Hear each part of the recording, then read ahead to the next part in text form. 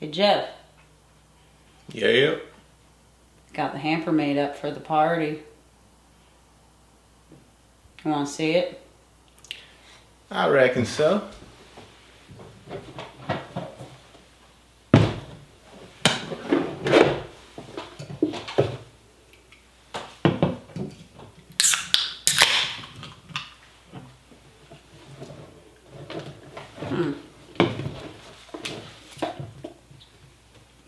There's a bright golden haze on the meadow. There's a bright golden haze on Stealing Focus. All right. Hi, everybody. Hello. So there is a reason why we have a cooler and Bud Lights, and that's because if it's good enough for Rodgers and Hammerstein, it's good enough for us. Here at Stealing Focus, that is correct. We're talking about the latest rendition of Oklahoma on Broadway right now. Yes, we went to New York last week, and we were able to see a preview performance of the limited run of the latest production of Oklahoma to come to Broadway. I don't think it's been on Broadway maybe for at least 20 years. So I saw the Patrick Wilson version of it, which I think you said was had been in London. So the 99 London production was revived on Broadway in 2002. So it's been 17 years. Almost 20 years. So it's a long time. Yeah. So this version of Oklahoma is very different. This is not your grandma's Oklahoma. This is the dirty, sexy Oklahoma. And yeah, so they are intentionally kind of stripping it down of everything you kind of equate with Oklahoma, and kind of putting it at its core. Yeah. For those of us who do not know our musical theater history, Oklahoma is a very important show. It's the show that basically created the modern book musical. It's musicals before Oklahoma were very much song, shenanigans, song, shenanigans, song. Like you could take the songs out and the plot will still make sense. It didn't further the story. They were kind of written to be hits. And Oklahoma was the first time where the songs are written in service of the book. They followed the story. If you take the songs out of Oklahoma, the story doesn't make sense, which is something we take for granted nowadays. That's what we assume. You know, that's kind of what we equate with a musical. Oh, it's using music to tell the story. But that is a very new thing once 1943 rolled around. And even then, a lot of old theater war horses like Irving Berlin and Cole Porter were like, what's this integrated musical stuff? This is ridiculous. It'll never fly. And so there was still kind of the old-fashioned musicals being written when Oklahoma came around. Yeah. And it's so funny. People always scoff when they're like, Oklahoma's so old-fashioned, how could it be revolutionary? But it was. And it also was one of the first musicals that used dance as a storytelling technique. So Agnes DeMille created really iconic choreography, and she created the idea of the dream ballet, telling story through dance in the middle of a musical. So these are all things we equate with Oklahoma, and the hit songs and the iconic score, and God, it's just so ubiquitous. It's one of the most done shows by like high schools and regional theaters. I think at any given point there's a production of Oklahoma going on at someplace in the country. So this production really tries to take everything you know about it and strips it away. It doesn't treat it as something sacred. It's like just because a bunch of other productions have always done this doesn't mean we have to do it. And sometimes it works, sometimes it doesn't. Overall, though, I really enjoyed it because I am very much of the mindset of like, let's burn the motherfucker to the ground. Let's tear it all down. Let's get rid of all our preconceptions, and let's really find new ways to interpret this piece. And I think that's a really good idea with any piece, with any work of art, especially musicals and plays. The text should be strong enough to stand on its own, and with new visions behind it. Yeah, and musicals are fairly new in the history of theater. Yeah. And we do that with older stuff all the time. We do that with Greek plays. We do that with Shakespeare all the time. Yeah. Don't change a word of it, and yet all the intentions can be changed. Yeah, you find new ways to interpret it, and that's really what they did with this production. Totally. Okay, so let's talk about all the stuff they do differently. So, first thing is it's at Circle in the Square, which puts it in the round, and it's very much meant to look like a barn dance.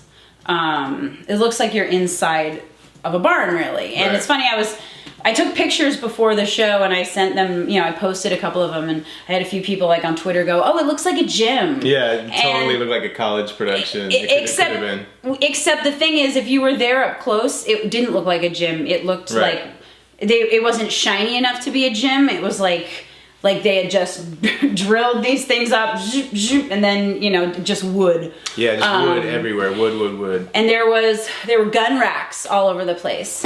And there was like a 7-piece folk country combo on the stage. Yeah.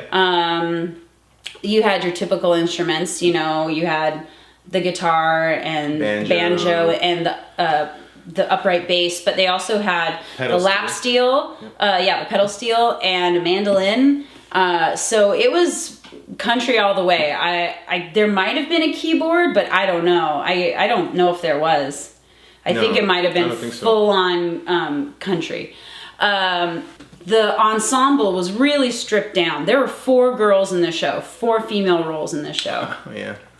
There was Lori, Ado Annie, Aunt Eller, and Gertie, and that was it. And the guys there were something like maybe 5 or 6 guys in the show. So it was a really, really small version of Oklahoma. Like, you could have done it in a black box. Yes. It was very interesting the way that they did it. So she mentioned it was at Circle in the Square, which is one of Broadway's smaller houses. It's in the round. It's a severe thrust, technically. So really, there's not a bad seat in the house. Anywhere you are, you can see just fine. The closest seats were actually at tables that were kind of set so that's up to the look other like thing. The dance, I guess you're talking about. Well, yeah, so it was meant to look like a barn dance, and so there are tables on the stage, long tables with crock pots on them. And the characters in the show were, when they talked about like their hampers, they would bring out some igloos. They were cracking Bud Lights throughout the whole show. They were like breaking up corn, throwing it in a pot during Many a New Day. And I guess at intermission, they were like serving the chili from the pots if you had those special seats. Right. The other thing was that the house lights were on for almost the whole show. It was almost the whole first act, very minimal lighting in the show. And when it was done, it was very, very deliberate. So when the show started, the ensemble just walked out, and then they're all sitting around. Just lounging, just nonplussed. At these tables, and then just Curly, when he's ready, starts singing a cappella. Yeah. All the orchestrations were incredibly stripped down and minimal. Mm-hmm. Some things were a cappella, some things were just... Curly played the guitar a lot. It was just as minimal as you could get, which was good. Yeah. They got rid... So I want to address the dancing in the show, because choreography plays such a big part in Oklahoma, and they got rid of so much of it. Many a New Day is supposed to have a big dance break in it where the girls are all getting ready. None of that. Kansas City is supposed to have a big old tap dance afterwards where he's like, I learned this dance in Kansas City. None of that. They had Farmer and the Cowman, they danced because they were at the barn dance, so it made sense. And when they were singing Oklahoma, they were kind of doing a little dancing and stomping. But like, that little sexy dance that the girls come in and do to Will during All or Nothing, it was all gone. Like, gone. And then that leads us to the Dream Ballet, which was kind of the exact opposite of the original Dream Ballet. It was at the top of the second act, which was crazy. So the first act ends and Lori's singing Out of My Dreams, kind of a cappella, Into a Dream with You, blackout. And then it was like, all right, everyone, have some chili. So we were like, oh, okay, I guess they're not doing the Dream Ballet. So then we come back for Act 2, and there's this one dancer, I want to see what her name is, Gabrielle Hamilton. And she was short and bald, and she had on a white shirt that said "Dream Baby Dream." And she basically did the whole Dream Ballet herself. And instead of it being storytelling, it was interpretive. It was very modern. The underscoring was crazy. It was, as far as I could tell, the complete Dream Ballet, but they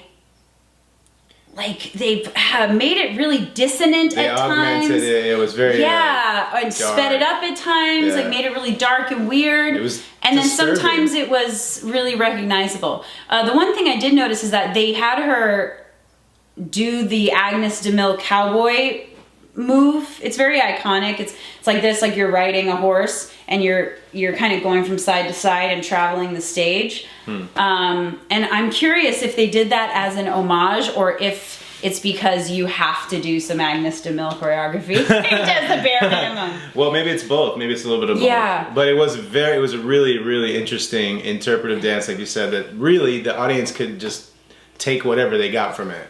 Yeah. It was very stylized, almost like it was off Broadway. Oh, this did start off Broadway, of course, but version. And I think she was supposed to be Laurie, just like in the original. You know, there's the Dream Laurie, but she could have just been.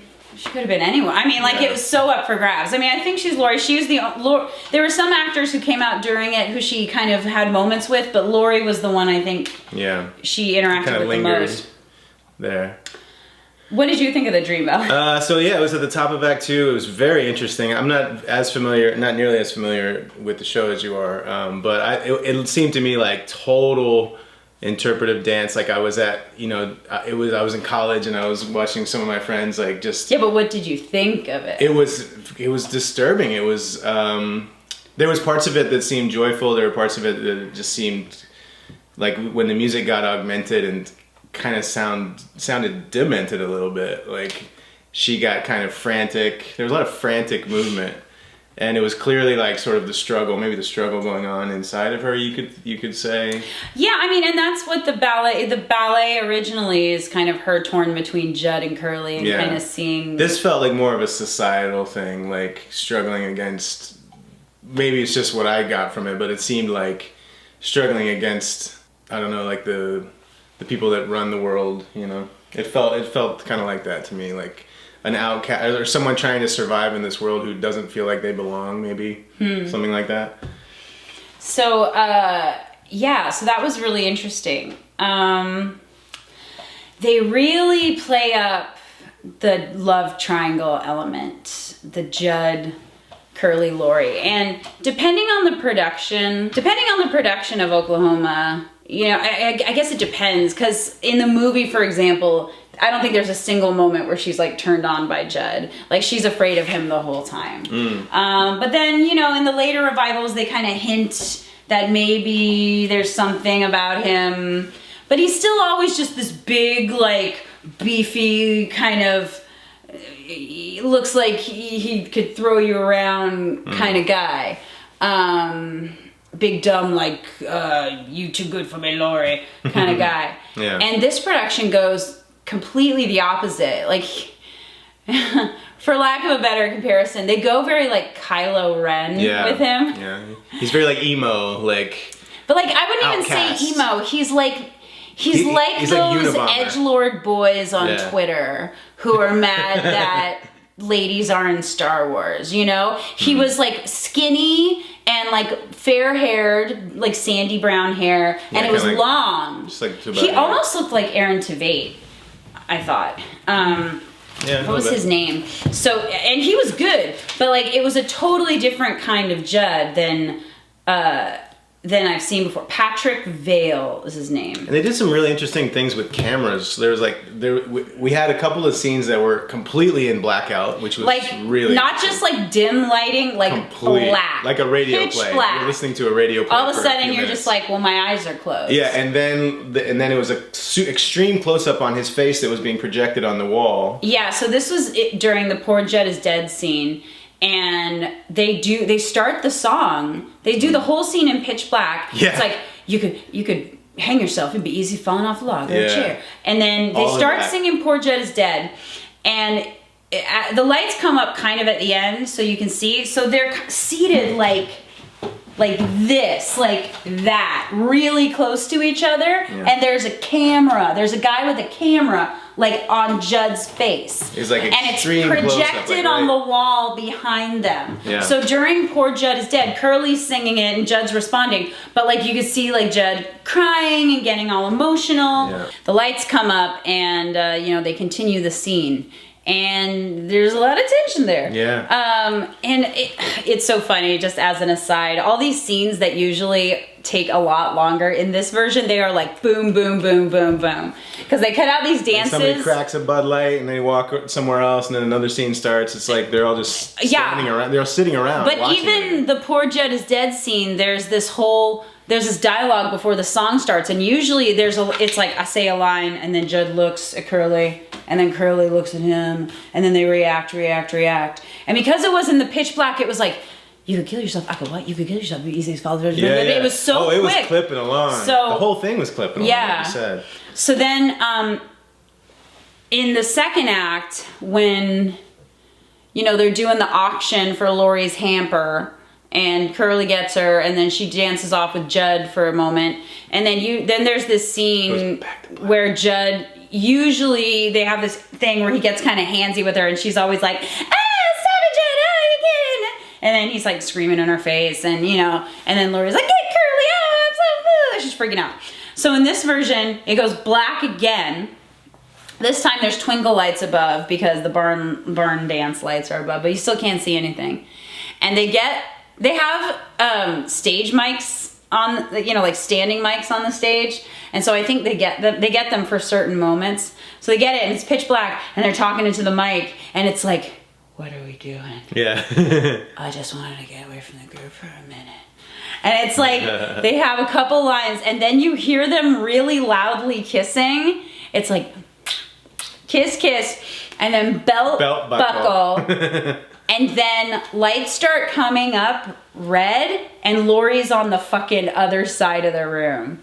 So I thought that was cool. Like, she had that was a moment of like, oh, she's kind of into this. But then as soon as he starts like trying to, unzips his pants, she's like, nope, so much nope. And that's interesting that it was red, because in the first act, as Emily mentioned, the house lights were up almost the entire first act. There were only 2 moments where it went green. It was like a dark green. Yeah, it went green when he was singing Surrey with the fringe on top to her. But just the last half, the sexy half. I can see the day getting older. So we get green with Curly, then red with Judd. Yeah. When was the other time that was green? Pretty intense imagery. I don't remember, but I know it happened twice in the first act. Yeah, so then... Because it was the only time when it wasn't full house lights in the first act. It was crazy. It was like you're watching a show with no lights at all. Yeah. And so she fires him, and then she and Curly get together. And then that moment wasn't as triumphant as it usually feels when she and Curly finally get to... Like, everyone usually when that happens, you're like, yeah! Like, you're so ready for them to do it. Right. And, like, and Curly is so happy, and, like, they're so in love, and then they sing Let People Say We're in Love. And I don't know if it was because they just wanted to go darker with it, or if they wanted to, like, feel the loss of Judd, but it was not as triumphant in that moment. Like, she's like, I'll marry you if you want me to. Yeah. And but usually it felt like she was more scared of Judd than she was happy to be with Curly. Yeah, and then Curly's response was like, okay, yeah, that sounds great. I gotta learn how to be a farmer now. Yeah. And then they sang People Say We're in Love, like a little cowboy duet, both sharing a microphone, and that was sweet. But Yeah, I felt like they didn't actually, like, I don't know, like that they were settling for each other. And I think that was a conscious choice, but I don't know if I liked it. Yeah. I like that couple. You like that couple. You want to like Curly and Lori. They flirt and they're funny, and, you know, they have a fun relationship. So I want to get into this really cool thing, though. So the culmination of the Judd kind of love triangle thing. So spoiler alerts, because this is like really kind of different than the original production. Again, they don't change a single line of dialogue. So it's after they sing Oklahoma, and they're all about to go, you know, I don't know, they're all about to party. And then Judd comes in, and it's like he's interrupting the party, and he just says, "I've come to kiss the bride."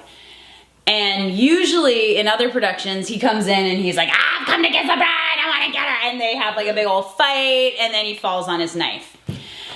And so in this version, he says, "I want to kiss the bride." He crosses over to her, he gives her a very sexy kiss. She and Curly are in their wedding whites, by the way. And then he walks over to Curly and gives him a gun. And then Curly tries to be like, "No." And then he's like, forcefully gives it to him. So then it's Curly and Lori standing there looking at Judd, and they're facing off with him. So strange. And then Judd it's like suicide it's kind of like suicide by cop. He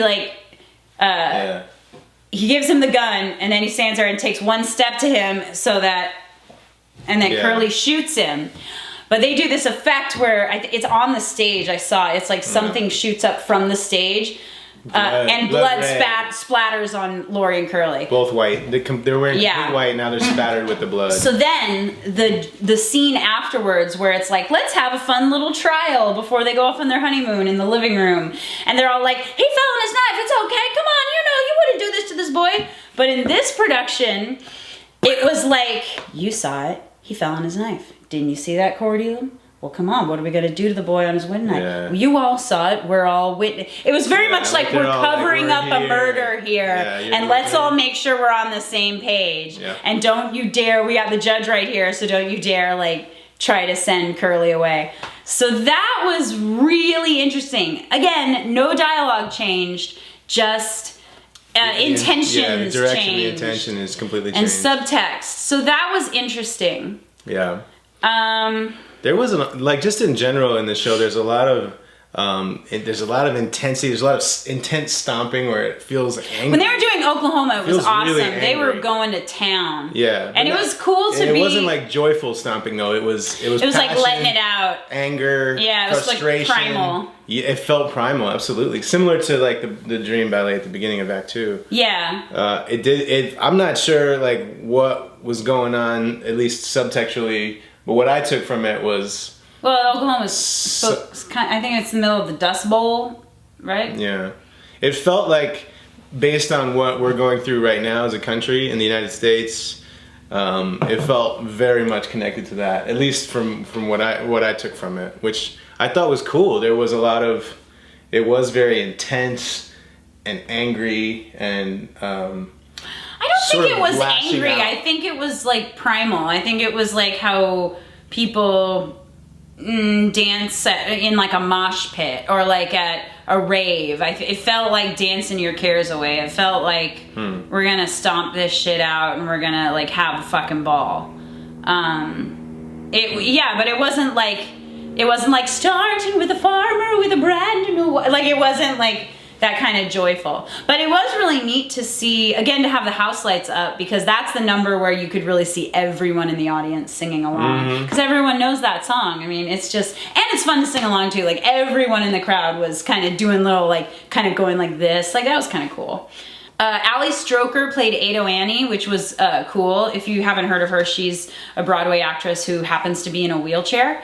She's been in a few shows. She was in Spring Awakening. So Ali Stroker, I've known of her for ages because she was in Ryan Scott Oliver's reading of Mrs. Sharp way back, the first stage reading of it. And I remember Ryan being like, she's really good in this part, and she just like happens to be in a wheelchair. And I was like, oh, that's cool. And so she plays Ado Annie, and it's not It's never commented It's never on a thing. It's just she just happens to be in a wheelchair, which is great, and she's perfect for the part. She was very, very funny. Lori, it's so fun. They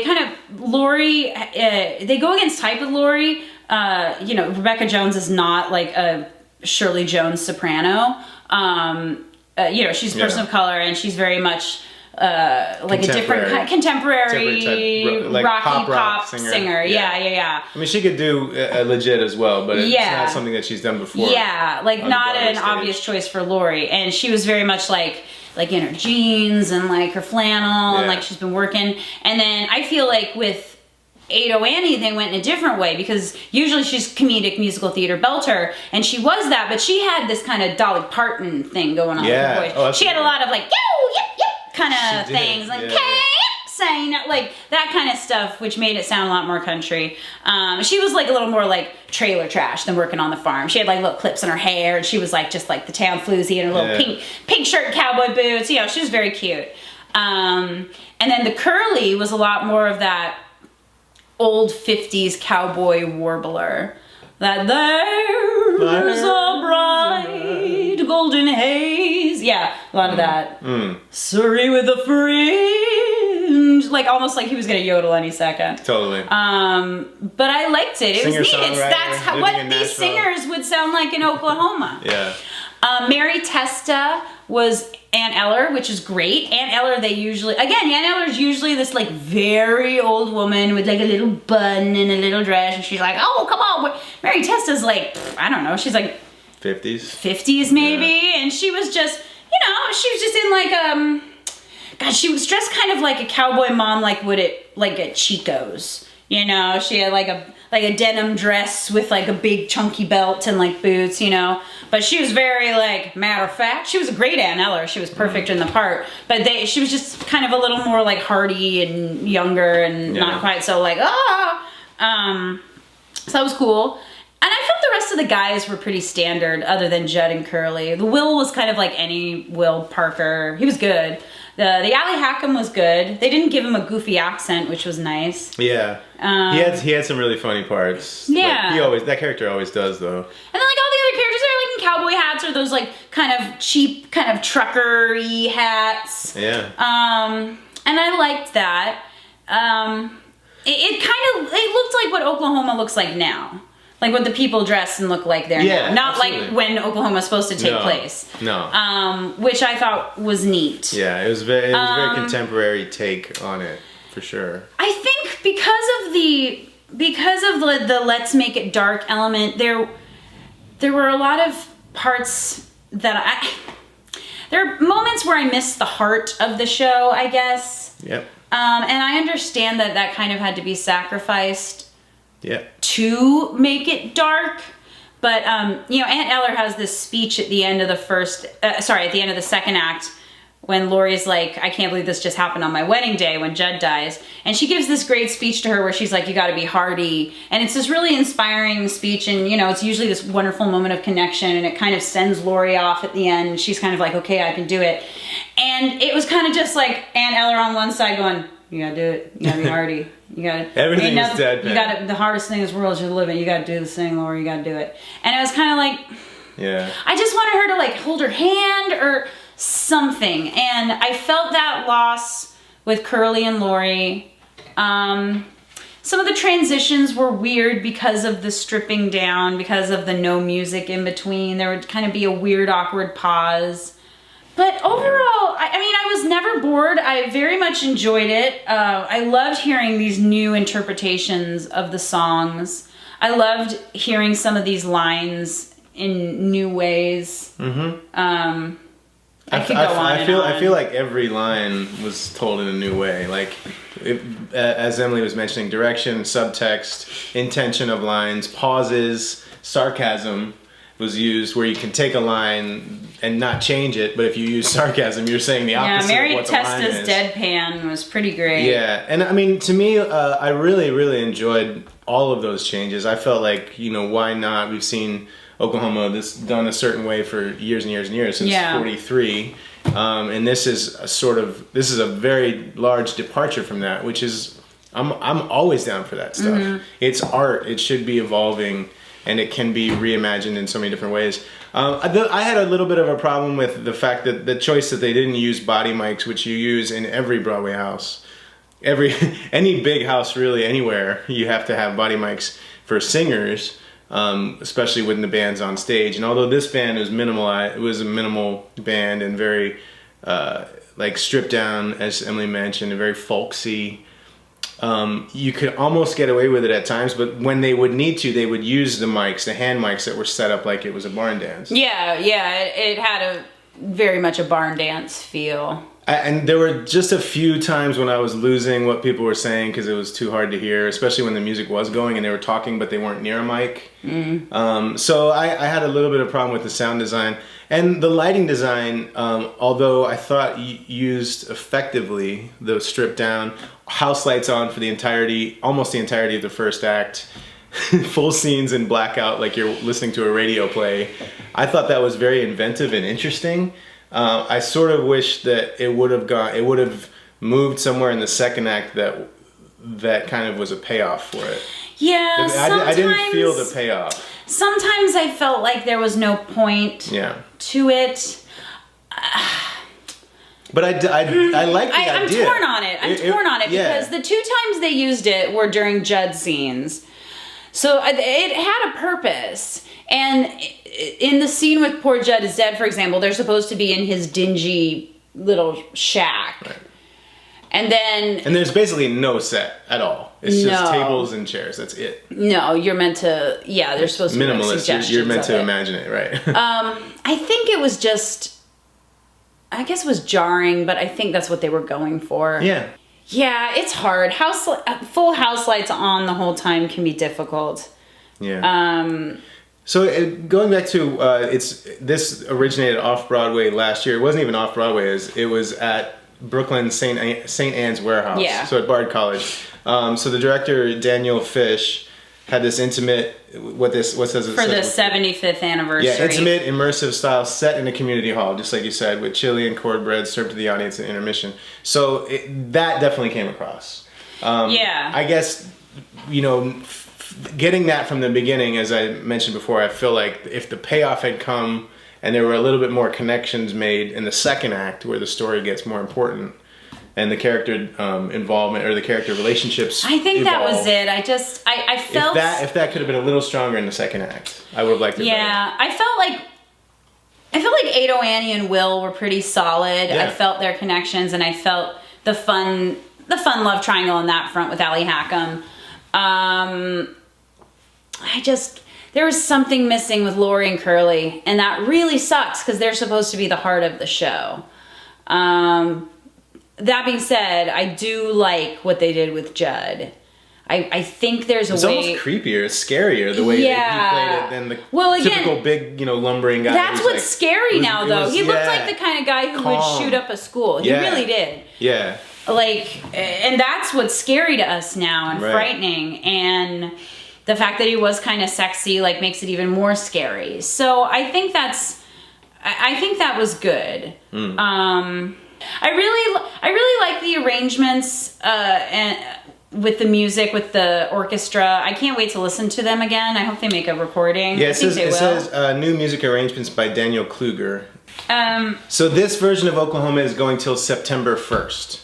Okay. So it is a limited engagement, like you mentioned earlier. I did not know that. I didn't realize it was limited engagement. Yeah, I read that online. So that's cool. I mean, that's a very... Limited engagements it creates a strong theater audience because all these New Yorkers and people in that sphere of influence all New England, all the theater people are going to want to go see it. Yeah. And it's smart to make it limited engagement because then they know they have a certain amount of time that they have to get there. People are talking about it. It's getting all kinds of buzz in the theater community, as well as just the artistic community in general in New York. So the Gertie was great. She was fun. Just wanted to throw that out there. What's her name? Mallory Portnoy. She was great. Gertie, her laugh was a lot of fun. Oh, that's the whole thing with Gertie. Is she's supposed to have an annoying laugh. Oh, yeah. And it was. She only had like 2 scenes. Oh yeah, Gertie doesn't have that much, but she's like a fun scene stealer part, and she pretty much had to like do all the heavy lifting for like all the other kind of one-off, one-line girl characters in the show. Yeah. Because they whittled down all the women parts because there aren't really that many. Yeah. What would you say normally is in the ensemble? Like 20 people? Like normally. Outside of the leads? Yeah. I mean, it depends, I guess. If you're doing a high school production, you're going to have a cast of thousands. Right. If you're doing it on Broadway, I mean, yeah, there's usually a good ensemble. Maybe 15 to 18 in the ensemble. So yeah, this is a complete departure from that as well. Yeah, I've never seen a production of Oklahoma that didn't have just a huge ensemble. And that was pretty cool too. Like, not just the music is normally big and brash and like, you know, very heartland type. And to like whittle it down to sort of just like almost bluegrassy, folky, and then you whittle down the huge ensemble to just this really small. It's very compact, packs a punch, but I liked it. I liked how it completely reimagined the musical. Yeah, it's interesting because, you know, the original production was innovative because it was telling a musical. Well, it was telling a whole new kind of musical. It was making musicals completely different. It was reinventing the form of musical theater. But the show is still very musical theater. No one's singing like a country singer. Everyone's in big, beautiful gingham dresses. Yeah. Like, they're singing Broadway. I mean, they do kind of like have like country inspired songs, obviously, but like, and they throw in some southern accents, but you know, it's still Gordon McRae and Shirley Jones, and there's nothing wrong with that. It's musical theater. It was its own style. And then you get the 99 London production where they were the first production, for example, to be like, everything should be brown and gross because it's Oklahoma. And why is Lori in a gingham dress? She's working on the farm. She should be in overalls. Right. And that was the first time they had Lori do her own dream ballet. And then, you know, in Oregon, at the Oregon Shakespeare Festival, just like last year or 2 years ago, they did the production where they flip the genders around. That's so cool. And Curly was a black woman, and Ado Annie was Ado Andy, and Aunt Eller was a trans woman. And again, another production where they didn't change the text. All they changed were pronouns, and they got permission from R&H to do that. So, and this one did just as much weird stuff. The whole Dream Ballet was kind of like, wow, dude, that's crazy what they did with that. So they're obviously getting permission from Rodgers and Hammerstein to do all this stuff and to subvert it and to try new things with it. So I guess we'll see where this production takes us. I mean, I remember making jokes when I was younger, like, oh yeah, wouldn't it be fun to do Oklahoma in a black box? But now I'm kind of like, ooh, wouldn't it be fun to do Oklahoma in a black box? Because now you can. Yeah. Like, I'd love to sit down and do it with like a little country combo. Totally. And like you said, it was adding that element of actual country sounding arrangements as well as vocals.